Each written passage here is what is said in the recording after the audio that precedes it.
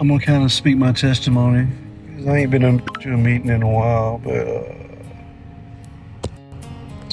you know, I didn't wake up one day and just decide to become an addict. It kind of started the same day that everything broke. I was just 11 years old when my father took his life. One day I had a dad, the next day I had questions that never got answers. That kind of silence doesn't just sit in your chest, it spreads. It sleeps into your thoughts, your identity, the way you see yourself. You start asking things a kid should never have to ask. Like, why wasn't I enough? Could I have stopped it?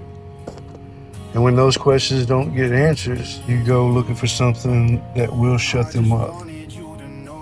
You know what I mean? Always be right here. For me, that something was substances. Not because I wanted to destroy my life, because I didn't know how to live with it.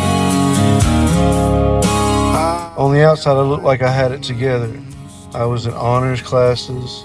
I showed up. I did good. I smiled. I just played the role. This time. But behind the scenes, I was building a second life. One where I didn't have to feel anything at all. One where I could numb the chaos that started at home and it never really left. This heartbreak is just. See, that's the thing about addiction. It doesn't just kick your door down. It moves in quietly and makes itself comfortable. Then one day, you realize it owns the place. It was their door that they kicked down, if that makes sense. I carried that addiction into adulthood like it was just part of my identity, like it was part of who I was. I tried to outrun it. I moved cities and changed relationships and promised people that I loved that I would get better. But addiction doesn't care about promises at all. It cost me relationships. It cost me my stability. It cost me versions of me that I'll never get back. And if the world. And I became a father twice. And that should have been enough to change everything. But it wasn't. But real change doesn't happen because you should. It happens when you finally hit a moment where you can't keep living the same way anymore. And I wasn't there yet.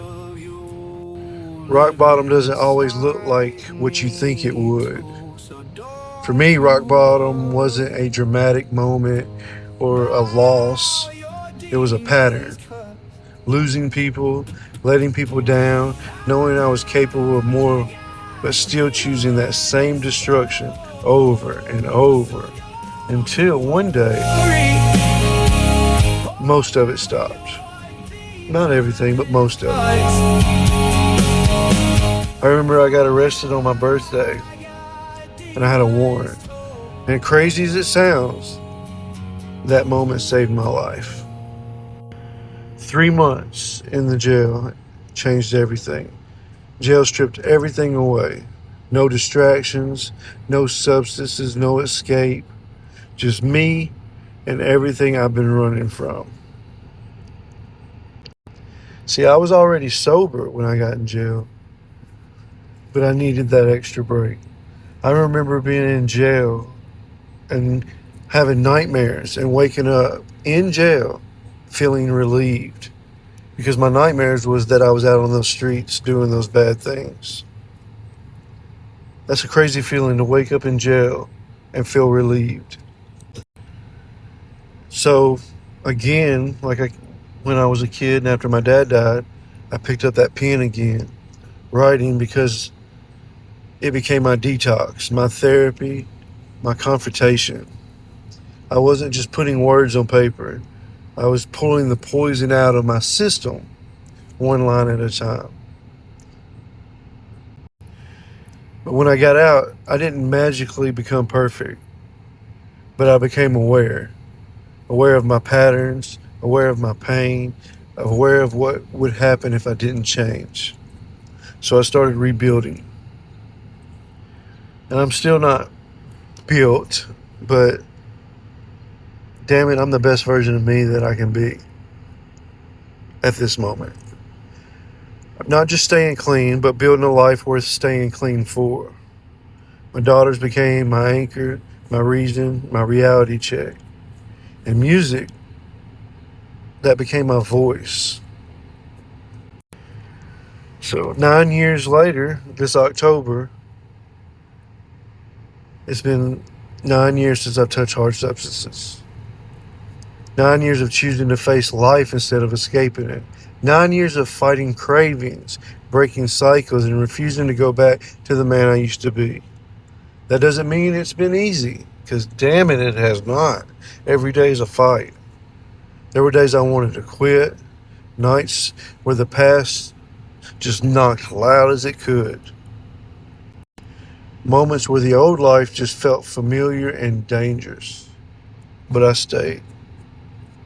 And every year I didn't go back. I became someone my younger self needed. Everything I went through, though, didn't disappear. I just learned how to use it. Learned how to use every loss, every relapse, every regret. And I turned it into something real. Because somewhere out there is someone sitting in the same darkness that I used to sit in. Same darkness that I used to live in. Thinking there's no way out.